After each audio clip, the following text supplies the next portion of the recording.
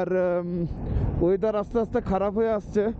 আমাদের এখনও 30 কিলোমিটার বাকি আমাদের হোটেল পর্যন্ত।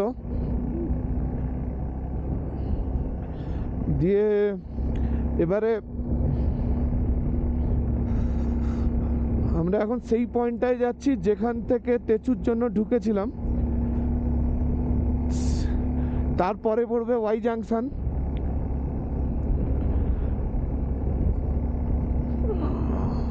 এখন ওই পয়েন্টটার কাছে চলে এসেছি।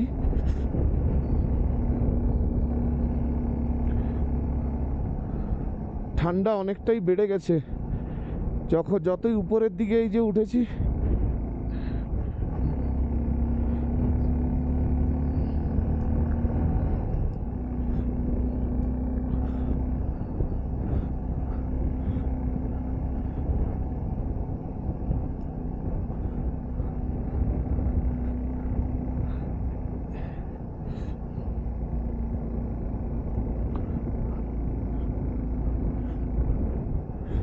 এখান থেকে আমার ডান দিকের উপরের রাস্তাটা যাচ্ছে বুমলা,